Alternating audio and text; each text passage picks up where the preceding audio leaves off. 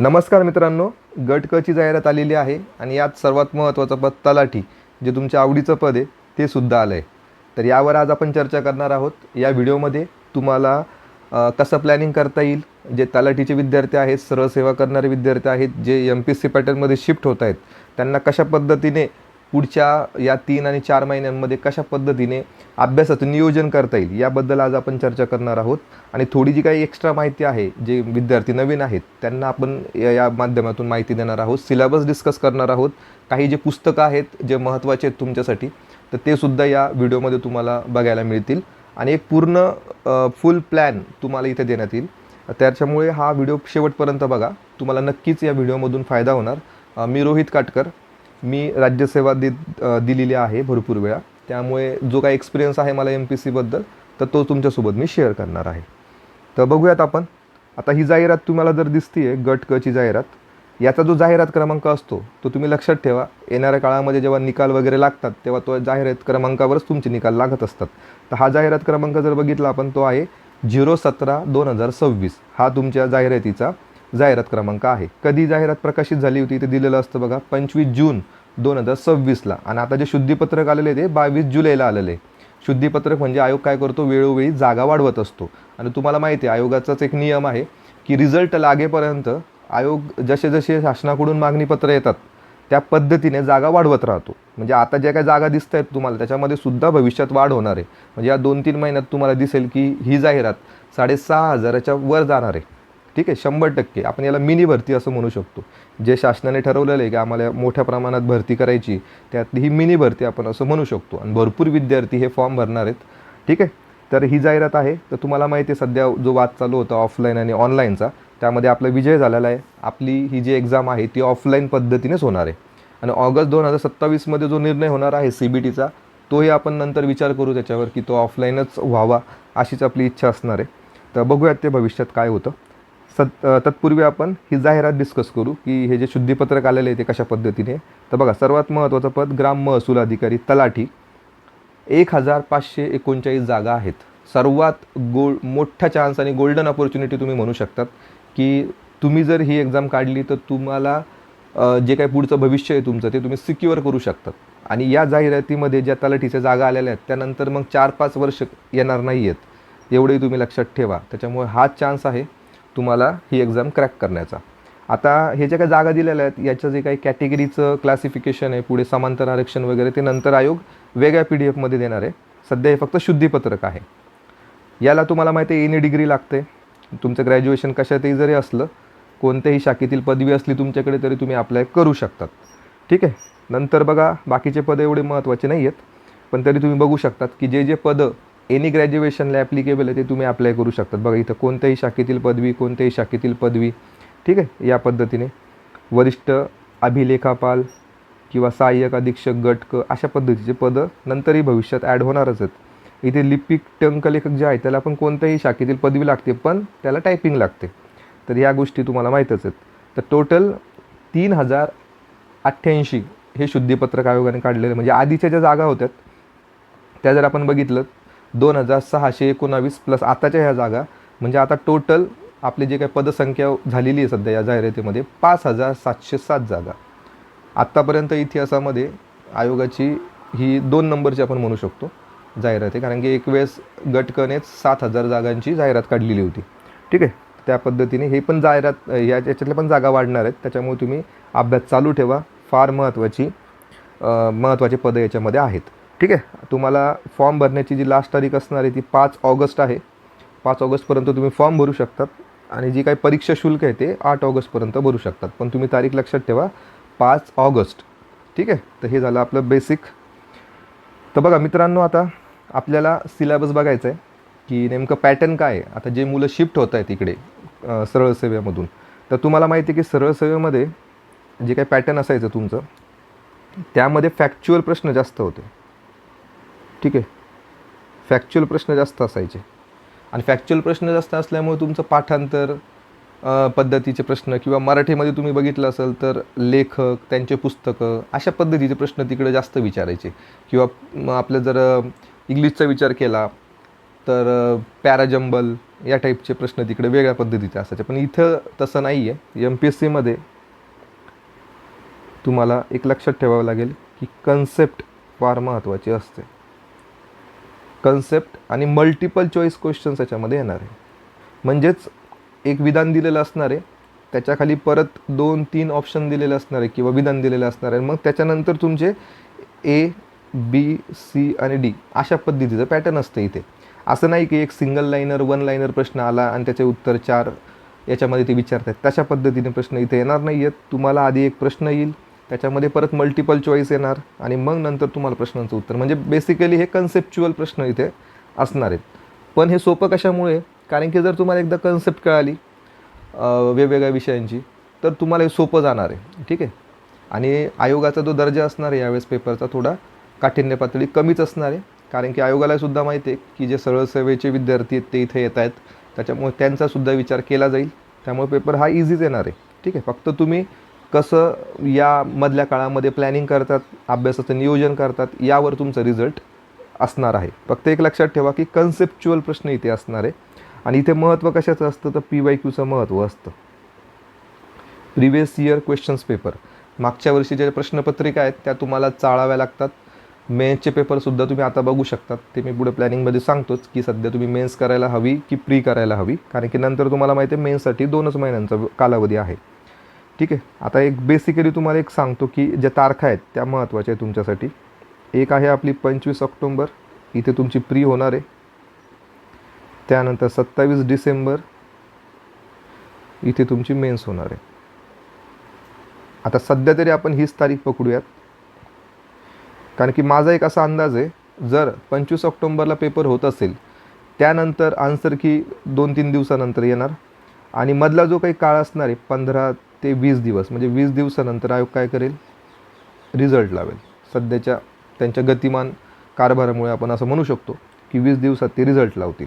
म्हणजे आपण असं म्हणूयात की नोव्हेंबरच्या एंडिंगला हे कुठेतरी निकाल लावतील, प्रीचा निकाल, जर ही स्पीड त्यांनी पकडलेली असेल तर. आणि ते 1 डिसेंबरपासून फॉर्म भरायला सुरुवात करणार. ठीक आहे. आता हे जर त्यांच्याकडून शक्य झालं इतक्या मोठ्या विद्यार्थ्यांचं की 20 दिवसात फॉर्म भरून घेतले असतील त्यांनी, तरीसुद्धा ही 27 तारीख फार जवळ येते. ठीक आहे.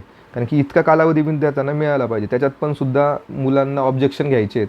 राईट. फर्स्ट आन्सर की आल्याच्या नंतर विद्यार्थी ऑब्जेक्शन घेत असतात की आम्हाला हा प्रश्न थोडा डाऊटफुल वाटतो आहे. मग ते आपण आयोगाला सांगतो, त्यालासुद्धा वेळ जात असतो. ठीक आहे. या सगळ्यांचा जर आपण विचार केला तर नक्की एक्झाम ही पुढे जायला हवी मेन्सची. पण सध्या तरी आयोगाच्या टाईम टेबलनुसार त्यांनी 27 डिसेंबर दिलेलं आहे, तर सध्या तरी आपण 30 तारीख कन्सिडर करूयात आणि त्यानुसारच प्लॅनिंग करूयात. कारण की आयोगाचं आपण सांगू शकत नाही. आयोग हा त्यांच्या निर्णयावर जर ठाम राहिला तर आपल्याला वेळसुद्धा मिळणार नाही आहे मेन्सला. ठीक आहे. त्याच्यामुळे या 2 तारखा फार महत्त्वाच्या आहे. तुम्ही जिथे काय अभ्यासिकामध्ये किंवा रीडिंगमध्ये करतायत अभ्यास, तिथे हे लावून ठेवा समोर की 25 तारीख आणि 27 तारीख या दोन्ही तारखा तुमच्यासाठी महत्त्वाच्या आहेत. चला आता पुढे आपण बघूयात की नेमकं पॅटर्न काय. नवीन विद्यार्थ्यांनी तर फार मन लावून ऐका की कशा पद्धतीचं पॅटर्न आहे. नंतर तुम्हाला दुसरे व्हिडिओ बघण्याची काही गरज पडणार नाही. बघा, याच्यामध्ये पूर्वपरीक्षा जी असते ती 100 गुणांची असते आणि मेन्स जी असते ती 400 गुणांची असते. 200-200 पेपर 1 पेपर 2 या पद्धतीने 2 पेपर असतात. आणि जे विद्यार्थी PSIला क्वालिफाय असतील हे ग्रुप B साठीच आहे, तर त्यांना शारीरिक चाचणी फिजिकल असतं, तो वेगळा विषय. आणि जे AMVI वाले आहेत, असिस्टंट मोटर व्हेकल इन्स्पेक्टर मेकॅनिकलसाठी हे पद आहे, तर त्या विद्यार्थ्यांची जी मेन्स असते ती एकच पेपर त्यांचा होत असतो. 150 प्रश्न असतात आणि 300 गुण असतात. AMVIसाठी सांगतोय मी.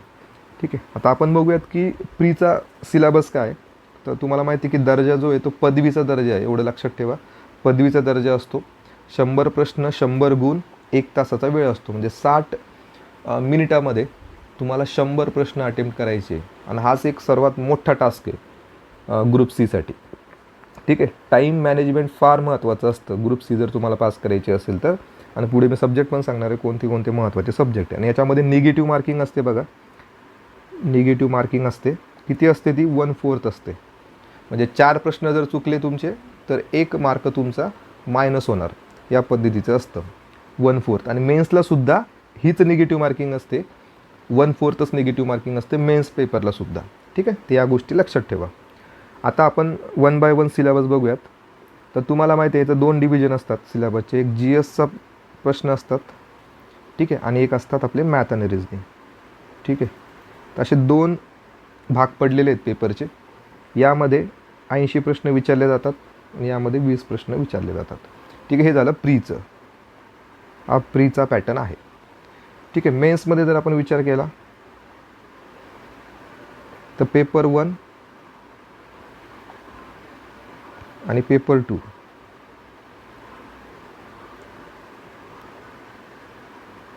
ठीक आहे, अशा पद्धतीचे 2 पेपर असतात. हे 200 मार्क्स, हे 200 मार्क्स. ठीक आहे, पेपर 1मध्ये काय असणार तुमचं लँग्वेज, म्हणजे मराठी प्लस इंग्लिश. ठीक आहे, हे 2 पेपर तुमचे पेपर 1मध्ये असतात, म्हणजे लँग्वेजचे पेपर हे असतात. ठीक आहे, आणि पेपर 2मध्ये जर आपण विचार केला तर same pattern GS plus math reasoning. फक्त प्रश्नांची संख्या बदललेली. इथे 78 प्रश्न विचारले जातात आणि इथे 22 प्रश्न विचारले जातात. ठीक आहे, म्हणजे इथे मॅथ रिझनिंगचं वेटेज मेन्सला वाढतं. 20 प्रश्न होते प्रीला, हे 20 प्रश्न होते, हे इथं आल्यावर किती होतात, 22 होतात. तर या पद्धतीचा पॅटर्न आहे. ठीक आहे, तुम्हाला काय काय सांगितलं बघा, प्रीचं पॅटर्न सांगितलं. प्रीमध्ये GS आणि मॅथ रिझनिंग येतं 80 आणि 20 या पद्धतीने. मेन्समध्ये 2 पेपर असतात, पेपर 1 पेपर 2. पेपर 1मध्ये लँग्वेज विचारली जाते, म्हणजे मराठी आणि इंग्लिश. त्याच्यामध्ये पॅसेजसुद्धा विचारले जातात. 5 प्रश्न पॅसेजवर येतात. मराठीचा पॅसेज वेगळा, इंग्लिशचा पॅसेज वेगळा. 200 मार्काला ही एक्झाम होते पेपर 1ची. सकाळी पेपर होत असतो, एकाच दिवशी 2 पेपर होतात. सकाळी पेपर 1, दुपारी पेपर 2 या पद्धतीचं मेन्स असते, जे 27 डिसेंबरला होणार आहे. पेपर 2मध्ये GS 78 प्रश्न आणि मॅथ अँड रिझनिंगचे 22 प्रश्न. अशा पद्धतीने 200 मार्काचं हे पॅटर्न असतं. म्हणजे मेन्स तुमची असणार आहे 400 मार्काची. ठीक आहे, आणि 400 मार्कांपैकी तुमचा कट ऑफ लागत असतो. जर तुम्ही आता बघितलं, जे टॉपर मुलं आहेत ग्रुप बी आणि ग्रुप सीचे, ते 300+ मार्क्स घेत आहेत सध्या. 300+ मार्क्स घेतात टॉपर्स. ठीक आहे, आणि तुम्हाला माहिती आहे एवढ्या मोठ्या प्रमाणात जागा म्हणल्यावर हा जो काही कट ऑफ आहे, तुम्ही मागच्या वर्षांच्या कट ऑफ बघू शकतात, मेन्सचे कट ऑफ. त्यानुसार तुम्ही अंदाज घ्या की 250+ मार्क तुम्हाला तिथं मिळवावं लागतील मेन्सला. 250+ मार्क्स, तेव्हा तुम्हाला कोणती तरी पोस्ट ही 100% मिळून जाईल. ठीक आहे, तर या पद्धतीने हे सगळं पॅटर्न आहे. पॅटर्न तुम्हाला समजलं असेल नक्कीच. ठीक आहे, आता आपण बघूयात की सब्जेक्ट कोणकोणते आहेत, विषय कशा पद्धतीचे आहेत.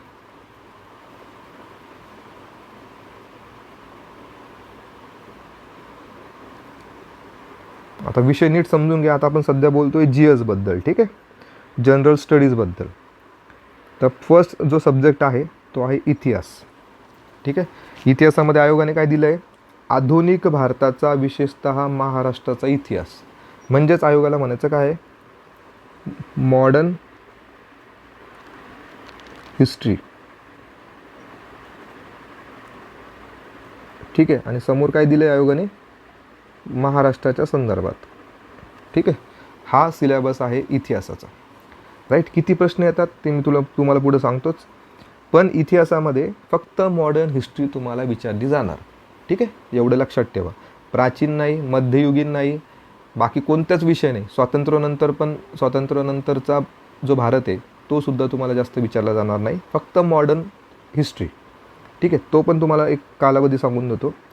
1772 म्हणजे जेव्हा वॉरेन हेस्टिंग किंवा ब्रिटिशांचं जे शासन आहे भारतावरचं, 1772 तर 1947पर्यंतचं जे काही घडामोडी घडलेल्या आहेत भारतात, तर हाच कालावधी तुम्हाला इतिहासासाठी विचारला जाणार आहे. ठीक आहे, त्याच्यामध्ये मग घटनात्मक तरतुदी असतील ब्रिटिशांनी केलेल्या, आपले समाज सुधारक असतील, ठीक आहे, सामाजिक चळवळी असतील, सामाजिक संस्था असतील, इंडियन नॅशनल काँग्रेस असेल, त्यांची अधिवेशनं असतील, क्रांतिकारी चळवळी असतील. ठीक आहे, या सगळ्या गोष्टी तिथं विचारल्या जातात.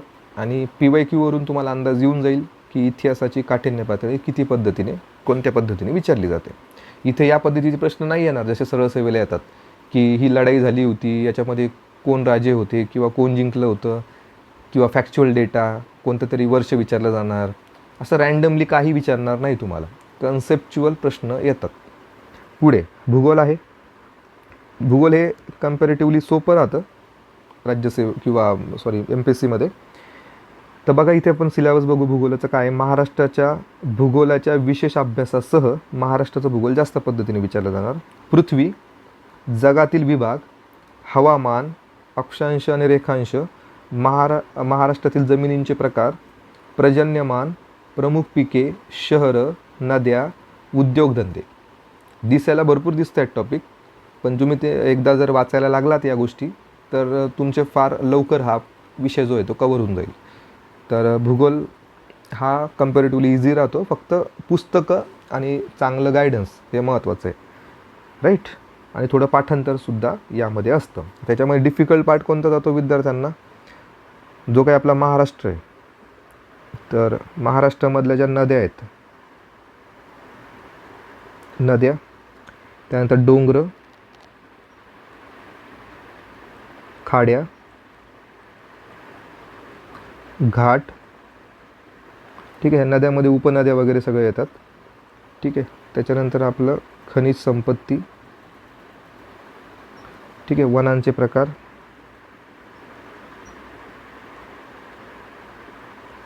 आणि जमिनीचे प्रकार म्हणजे आपली सॉईल, टाईप्स ऑफ सॉईल, जे काही काळी मृदा असेल किंवा सगळ्या ज्या गोष्टी आहेत त्या.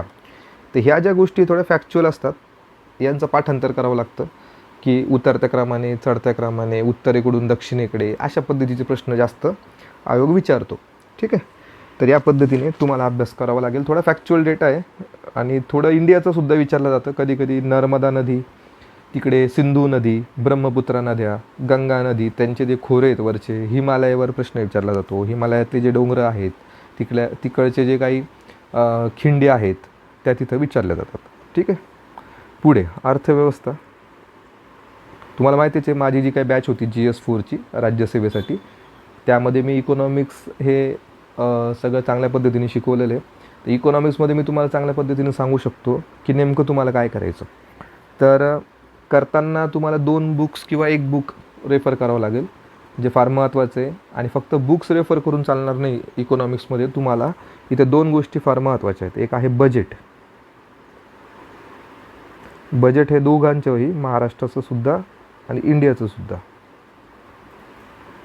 हे तुम्हाला करंट अफेअर्समधून वाचून घ्यायचं आहे, ठीक आहे. यामध्ये अजून एक येतं पंचवार्षिक योजना, त्याला आपण 5 इयर प्लॅन असं म्हणतो, ठीक आहे. आणि अजून एक कन्सेप्ट आहे SDG आणि MDG. तर या गोष्टी तुम्हाला एक्स्ट्रा कराव्या लागतात या सिलेबसच्या व्यतिरिक्त, ठीक आहे.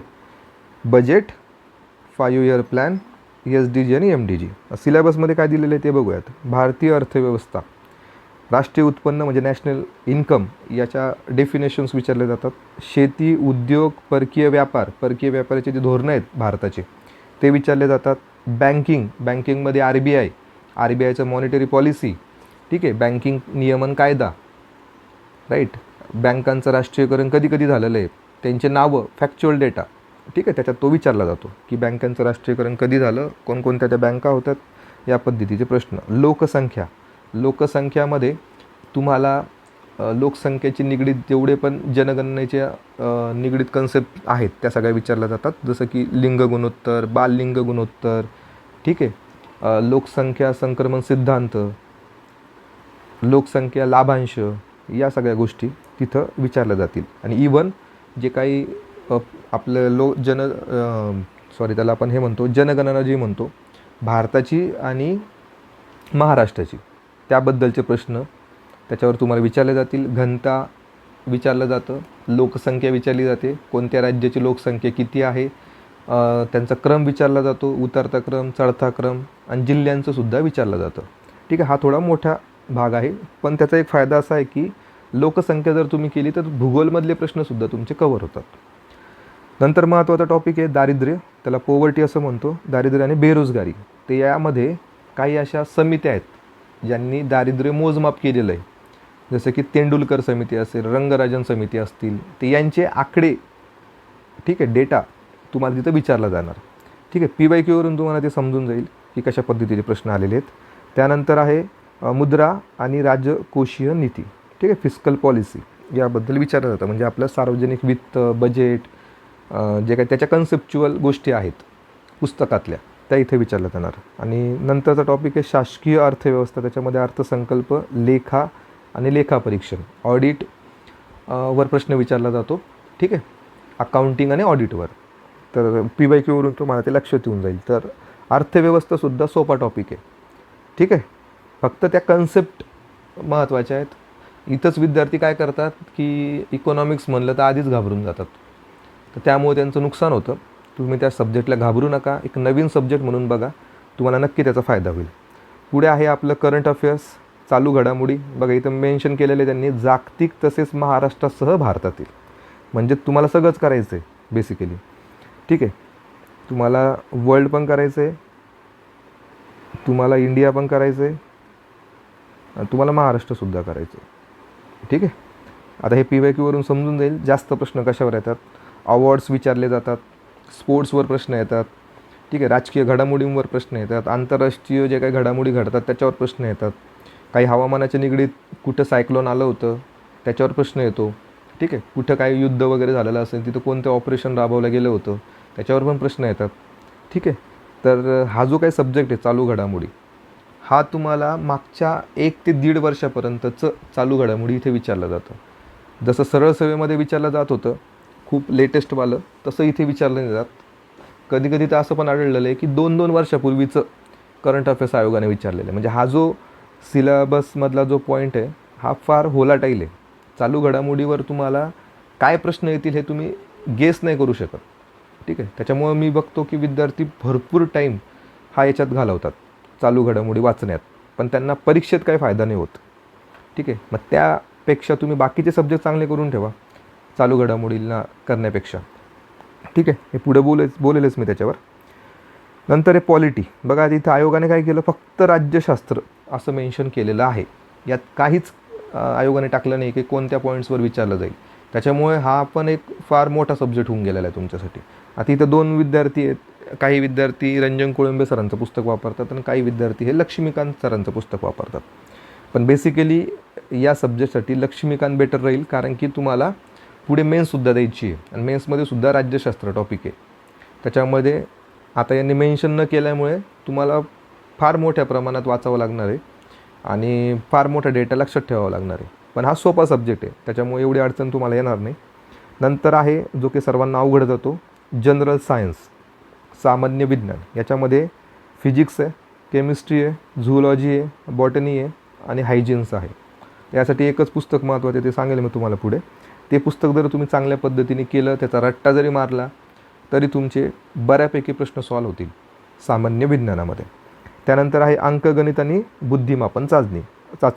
याच्यामध्ये जास्त काही मेन्शन केलेलं नाही, पण काही असे फेवरेट टॉपिक आहेत आयोगाचे, ते वारंवार विचारले जातात. PYQवरून ते तुम्हाला समजून जाईल. ठीक आहे, मग याच्यासाठी तुम्ही काय करू शकतात, PYQ करू शकतात. आणि तुम्ही याच्यासाठी बॅचसुद्धा लावू शकतात जे मार्केटमध्ये अवेलेबल असतील, कारण की तुमच्याकडे भरपूर वेळ आहे, तर तुम्ही ते कवर करू शकतात इझिली. आणि जे टीचर्स लोक हे MPSCमध्ये शिकवतात किंवा MPSCच्या एक्झामसाठी शिकवतात, तर तेच तुम्ही रेफर करावं. जे काही सरळ सेवा करणारे टीचर असतील, मे बी त्यांना तेवढा अनुभव नसेल की MPSCचे प्रश्न कसे असतात, त्यामुळे ती एक काळजी तुम्ही घ्या. चला आता आपण पुढे बघूयात की प्लॅन कसं करायचं आता या पुढील काळामध्ये. आधी प्रश्नांचं वेटेज बघून घ्या. इतिहासावर 10 प्रश्न विचारले जातात. ठीक आहे, भूगोलावर पण 10 प्रश्न आहेत.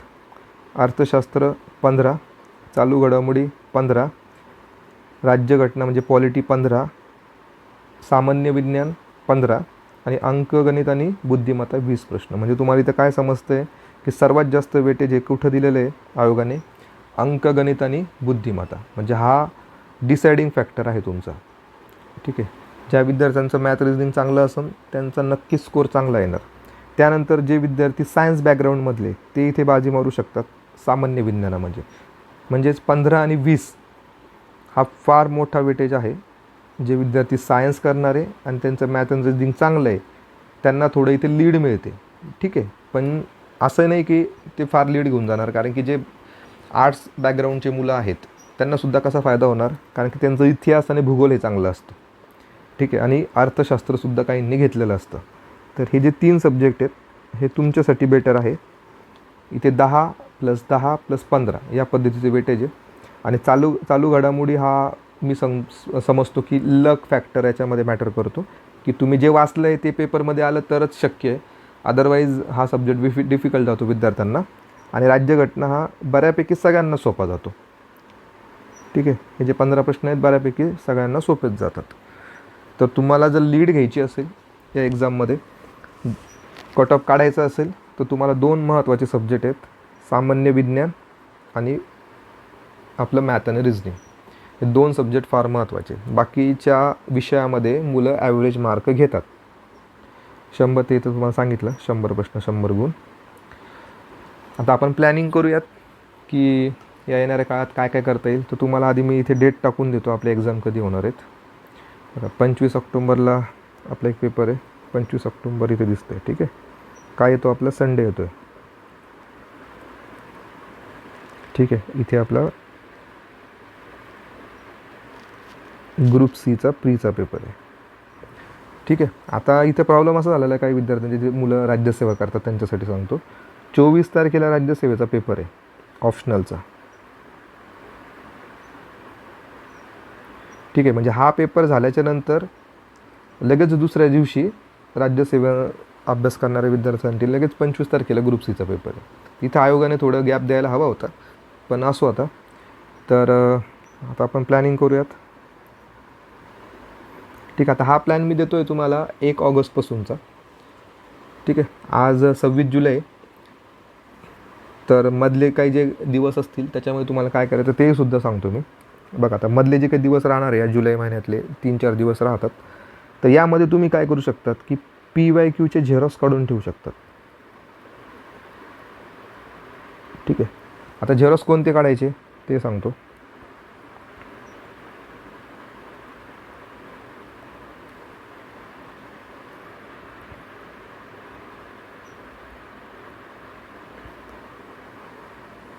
ठीक आहे, कोणते झेरॉक्स काढायचे, तर यामध्ये 2023, 2024, 2025 आणि 2026चे पण काही पेपर झालेले आहेत. ठीक आहे, त्याच्यामध्ये कोणता झाला आहे आपला ग्रुप बीचा. ठीक आहे, कधी झाला होता हा, 14 जून. ठीक आहे, ग्रुप बीचा प्रीचा पेपर होऊन गेलेला आहे.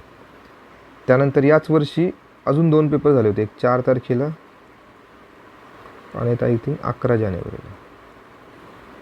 हा ग्रुप बी होता, हा ग्रुप सी होता.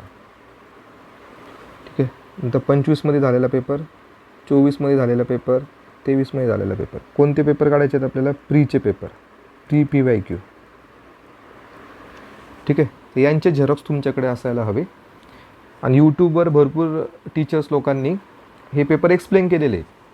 ठीक आहे, तर तुम्ही ते एक्सप्लेनेशनसुद्धा बघू शकता किंवा तुम्ही स्वतःचं ॲनालिसिस करू शकतात की आयोग कशा पद्धतीने प्रश्न विचारतो, वेटेज किती आहे आणि काठिण्य पातळी काय हे तुम्हाला लगेच समजून जाईल. आयोग फायनल आन्सर कीसुद्धा देत असतो. फायनल आन्सर की घ्यायची, हे झेरॉक्स पेपर ठेवायचे समोर आणि ॲनालिसिस करायचं. ठीक आहे, माझेसुद्धा व्हिडिओ आहे यूट्यूबवर, अर्बन क्लाउड यूट्यूब चॅनल तुम्ही टाकू शकता, त्याच्यावर जुने व्हिडिओ तुम्ही बघू शकतात. तर या पद्धतीने तुम्ही करू शकतात. आणि त्यानंतर मेन्सचे PYQ सुद्धा तुम्ही घेऊ शकता. त्यामध्ये सुद्धा तेच पॅटर्न 2023, 2024, 2025 आणि 2026 यांचे जे काही मेन्सचे पेपर आहे ते सुद्धा तुम्ही काय करा, झेरॉक्स काढा. तर एवढा कंटेंट तुमच्याकडे असावाच PYQसाठी. जर तुम्हाला एक्झाम काढायची असेल तर PYQ मस्ट आहेत. ठीक आहे, तर हे तुम्ही काय करणार, या आज 26 तारीख आहे ना, 26 जुलै, तर 31 जुलैपर्यंत या गोष्टी करून ठेवा. तुम्ही बेसिक गोष्टी करून ठेवा. सर्वात बेसिक गोष्टी आहे. जर तुम्हाला ग्रुप सी पास करायची असेल तर 26 जुलै ते 31 जुलैमध्ये सगळे झेरॉक्स काढून ठेवा. ठीक आहे, आता आपण बघूयात 1 ऑगस्टपासून काय करायचं. आता 1 ऑगस्टला तुम्हाला माहिती आहे सॅटर्डे येतो आहे. ठीक आहे, आता तुम्हाला वेगळा कलर घेतो. ठीक आहे, इथे सॅटर्डे येतो आहे.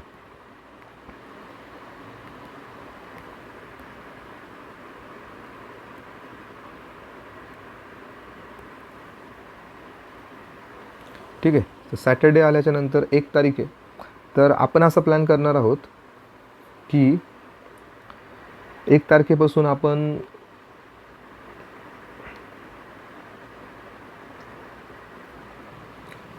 त्यापूर्वी मी काय करतो तुम्हाला सब्जेक्ट सांगतो की तुमची प्रायोरिटी काय असणार आहे. तर सर्वात आधी तुम्ही जनरल सायन्सकडे बघावं. ठीक आहे, ही सर्वात महत्त्वाची प्रायोरिटी आहे. त्यानंतर मॅथ रिजनिंग हे तुम्हाला रोज करायचं आहे. ठीक आहे, त्यानंतर मग तुमचं येणार पॉलिटी, मग येणार इकॉनॉमिक्स, मग येणार हिस्ट्री, आणि मग तुमची प्रायोरिटी असणार आहे जिओग्राफी. म्हणजे जिओग्राफी हे आपण सर्वात लास्टला ठेवलं आहे. फर्स्ट प्रायोरिटी तुमची जनरल सायन्स असेल, कारण की आता तुमचा जो वेळ आहे तो शांततेतला वेळ आहे. त्यामुळे तुम्ही जनरल सायन्स कवर करू शकतात. कारण की जेव्हा जेव्हा एक्झाम जवळ येतील तर जवळ आल्याच्या नंतर हे जे काही डिफिकल्ट सब्जेक्ट असतात सायन्स वगैरे, तर ते तुमचे कवर करणं अवघड जाईल. ठीक आहे, त्यामुळे आता वेळ आहे तर जनरल सायन्स चांगल्या पद्धतीने करून ठेवा. मॅथ रिजनिंग हे तुम्हाला डेली करायचं आहे. पॉलिटी महत्त्वाचं आहे, इकॉनॉमिक्स महत्त्वाचं आहे, हिस्ट्री महत्त्वाचं आहे, जिओग्राफी महत्त्वाचं आहे, आणि जो करंट अफेअर्सचा भाग आहे हा पण तुम्हाला डेली करायचा आहे.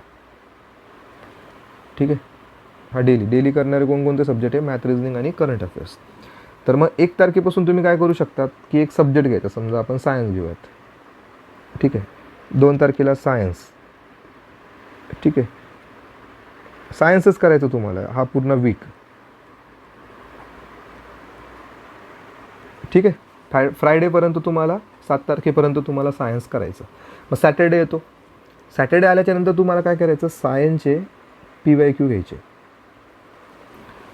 जे मागचे आलेले सायन्सचे फक्त. ठीक आहे, त्या विषयाचे PYQ घ्यायचे, ते कंप्लीट करायचे.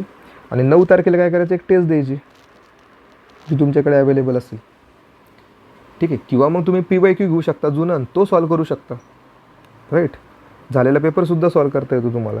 तर तुम्हाला लक्षात ठेवायचं की संडे जो असतो तुमचा, संडेला तुमचा पेपरच झाला पाहिजे, टेस्टच झाली पाहिजे.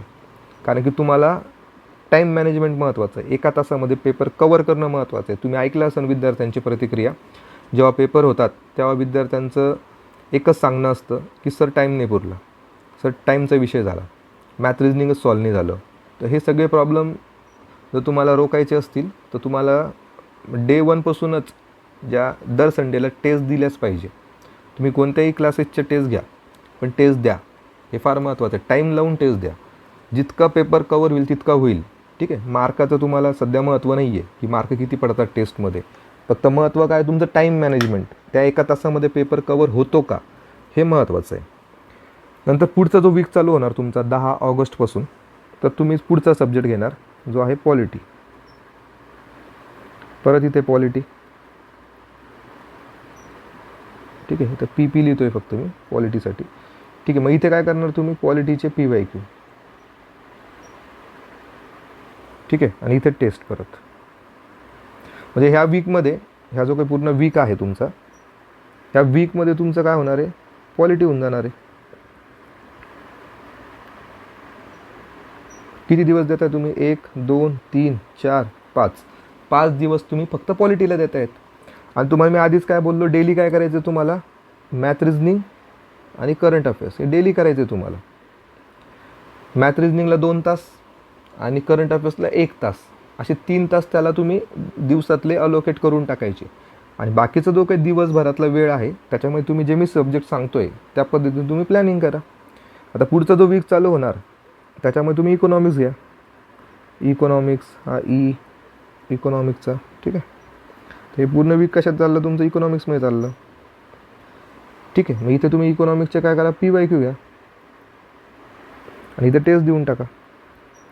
त्याच्यानंतर पुढचा जो वीक आहे त्यामुळे तुम्ही हिस्ट्री घ्या. ठीक आहे, या पद्धतीने इथे हिस्ट्रीचे PYQ घ्या आणि इथे टेस्ट देऊन टाका. हा पूर्ण वीक कशात चालला तुमचा, इतिहासामध्ये चालला. ठीक आहे. आधीचा वीक जो आहे तो कशात होता तुमचा, सायन्सला होता. ओके. अजून अंडरस्टँडिंग येईल तुम्हाला.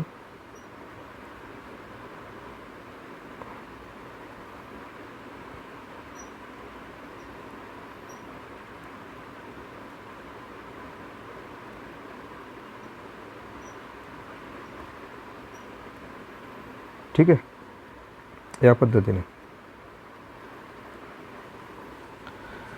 त्यानंतर पुढचा जो वीक असणार तुमचा सप्टेंबरमध्ये 1 तारखेपासून, किंवा तुमचं हे 31 तारीख घ्या, इथून कोणतं चालू करणार तुम्ही, जिओग्राफी चालू करणार. ठीक आहे, जिओग्राफी चालू केलं. इथे जिओग्राफी जी. ठीक आहे. सॅटर्डेला परत जिओग्राफीचा PYQ तुम्ही घ्या, इथं टेस्ट घ्या. ठीक आहे, संडे आणि सॅटर्डे.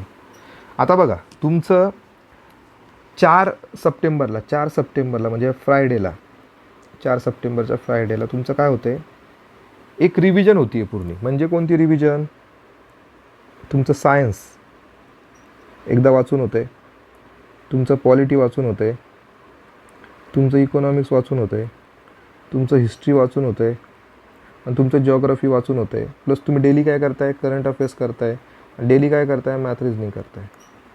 म्हणजेच 7 सप्टेंबरला तुमचे हे सर्व सब्जेक्ट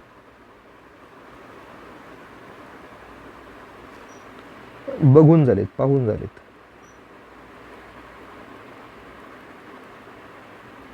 आता जो नवीन विद्यार्थी आहे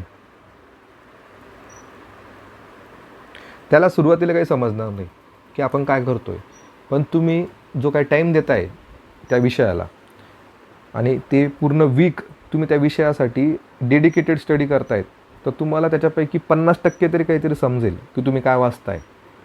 ठीक आहे. आता सर्वात महत्त्वाचा मुद्दा जो असतो की तुम्हाला वाचायचं काय. ठीक आहे. मग त्याच्यासाठी तुम्ही गायडन्स घ्या, त्याच्यासाठी तुम्ही बॅच लावा, त्याच्यासाठी तुम्ही सेल्फ ॲनालिसिस करा पेपरचं. ठीक आहे. या सगळ्या गोष्टीतूनच तुम्हाला समजणार आहे की काय वाचायचं आणि काय वाचायचं नाही आहे. कारण की भरपूर मोठे मोठे पुस्तकं असतील, तुम्ही कन्फ्यूज होणार की याच्यातून नेमकं मी वाचू काय. ठीक आहे. तो महत्त्वाचा विषय आहे की तुम्हाला वाचायचं काय, सोडायचं काय, हे काय कशावरून ठरवणार तुम्ही, PYQवरून ठरवणार. म्हणून आपण जे दर सॅटर्डेला PYQ म्हणतोय मी, त्या विषयाचे PYQ, त्याचं कारणच हे की तुम्हाला त्या विषयाची चौकट समजेल की याच्यामध्येच आपल्याला अभ्यास करायचा, आणि हेच विचारलं जातं वारंवार. फार एक्स्ट्रा काही वाचायची गरज पडणार नाही. म्हणजे जे नवीन विद्यार्थी त्यांनी लक्षात ठेवा, काय वाचायचं आणि काय वाचायचे नाही.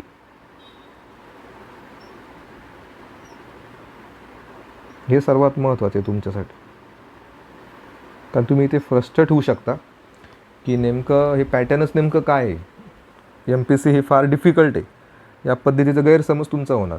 तर ते टाळण्यासाठी PYQ फार महत्त्वाचे आहेत, प्रिव्हियस इयर क्वेश्चन्स पेपर, आणि त्याच्यातल्या गोष्टी बघायच्यात की नेमकं आपण जे वाचतोय आणि पेपरमध्ये काय विचारतायत त्याचं कुठंतरी कॉम्बिनेशन लागलं पाहिजे, रिलेशन लागलं पाहिजे.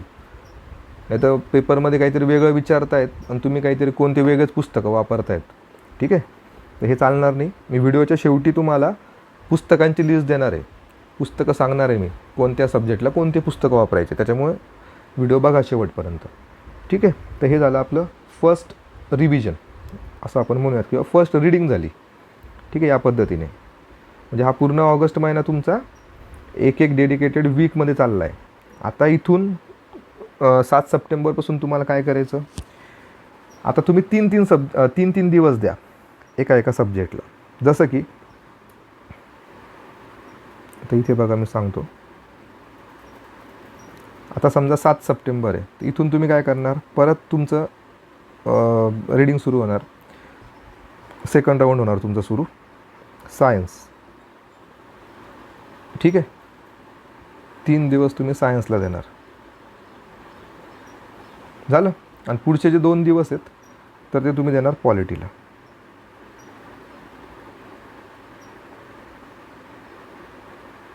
ठीक आहे. आता सायन्स आणि पॉलिटी तुम्ही घेतले या वीकमध्ये, तर इथं तुम्ही काय करा, सायन्स प्लस पॉलिटीचे PYQ घ्या. आणि इथे टेस्ट देऊन टाका. ओके. त्यानंतर 14 तारखेपासून तुम्ही इकॉनॉमिक्स घ्या, परत इकॉनॉमिक्स घ्या आणि परत 3 दिवस इकॉनॉमिक्स घ्या. ठीक आहे. त्यानंतर हिस्ट्री, परत हिस्ट्री आणि हिस्ट्री आणि इकॉनॉमिक्सचे PYQ आणि इथे टेस्ट.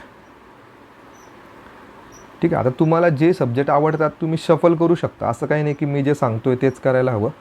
तुम्हाला जर सायन्स नंतर घ्यावं असं वाटलं तर सायन्स तुम्ही नंतर घ्या. ठीक आहे.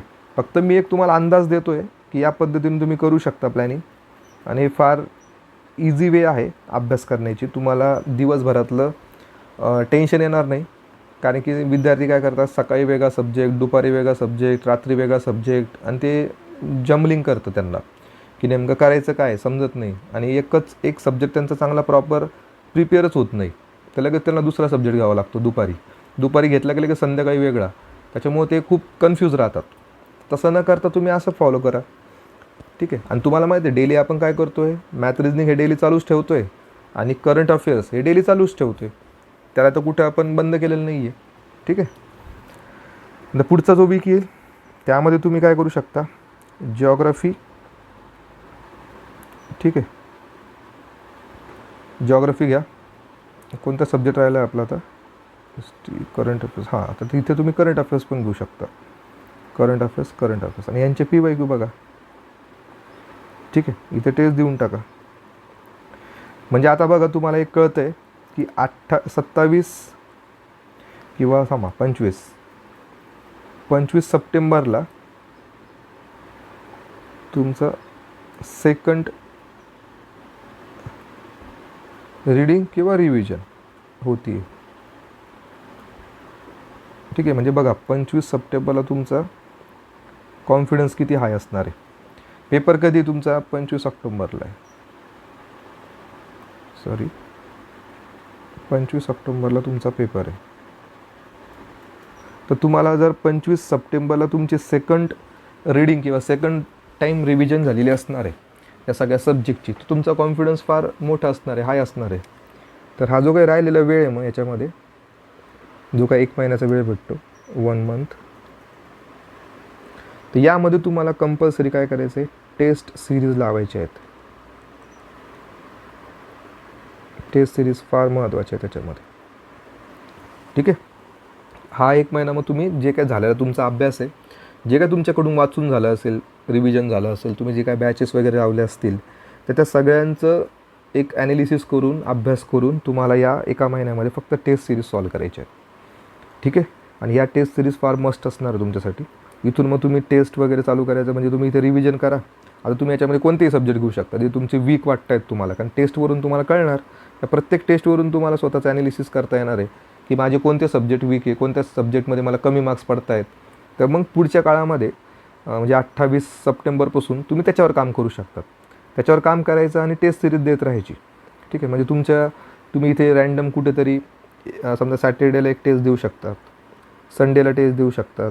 ठीक आहे. मग इथे परत तुम्ही सब्जेक्ट करू शकतात कवर, परत मग तुम्ही इथं टेस्ट देऊ शकतात. ठीक आहे. परत इथे सॅटर्डेला टेस्ट देऊ शकतात. इथे परत तुम्ही GS करू शकतात, परत इथे टेस्ट देऊ शकतात. ठीक आहे. परत इथं या संडेला पण टेस्ट देऊ शकतात. इथं मग फायनल रिव्हिजन तुम्ही चालू ठेवणार आहे. फायनल रिव्हिजन असणार तुमचं, फायनल रिव्हिजन. आणि 25ला तर तुमचा पेपर आहे. ओके. म्हणजे तुम्हाला एक कळालं की जो ऑक्टोंबर महिना आहे याच्यामध्ये तुमचं बेसिकली काय असणार आहे, टेस्टवर महत्त्व असणार आहे, टेस्ट. ठीक आहे. आणि 25 तारखेचा पेपर तुम्ही देणार आहात. ठीक आहे. आता बाकीचं जे पुढचं आहे, मेन्ससाठी काय करावं काय नाही करावं, किंवा मेन्सच्या तारखा जर चेंज झाल्यात तर आपण त्याच्यावरचा जो व्हिडिओ तो नंतर मी सांगेल तुम्हाला काय प्लॅन करायचं. पण सध्या तुम्हाला या गोष्टी सगळ्या करायच्या आहेत. आता आपण पुस्तकं सांगूयात की कोणकोणते महत्त्वाचे पुस्तक आहेत तुम्हाला ते यूज करायचे. हिस्ट्रीसाठी महत्त्वाचं पुस्तक आहे महाजन सरांचं. ठीक आहे. आणि ओल्ड स्टेट बोर्ड आहे 11वीचं हिस्ट्रीसाठी. ठीक आहे. हे वाचायचं तुम्हाला. जिओग्राफीसाठी तुम्हाला महाराष्ट्राचा भूगोल जो आहे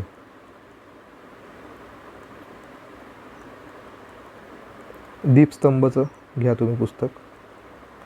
कारण की ते कसं आहे, कलरफुल आहे.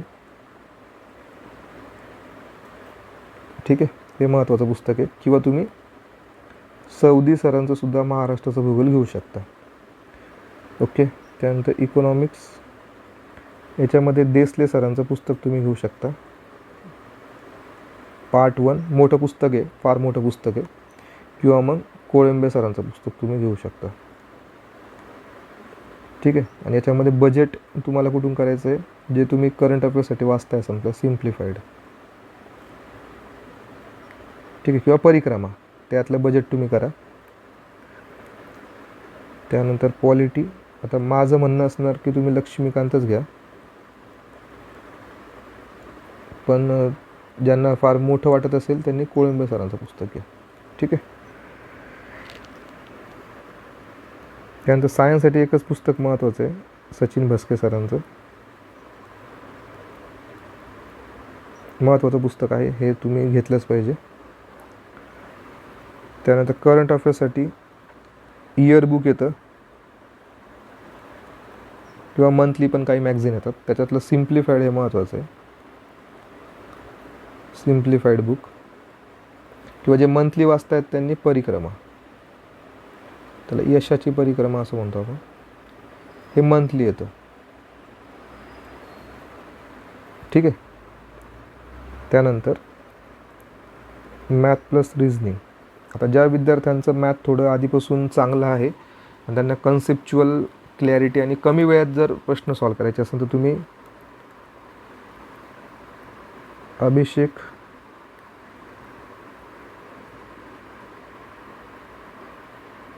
ठिगळे सरांची बॅच घेऊ शकता.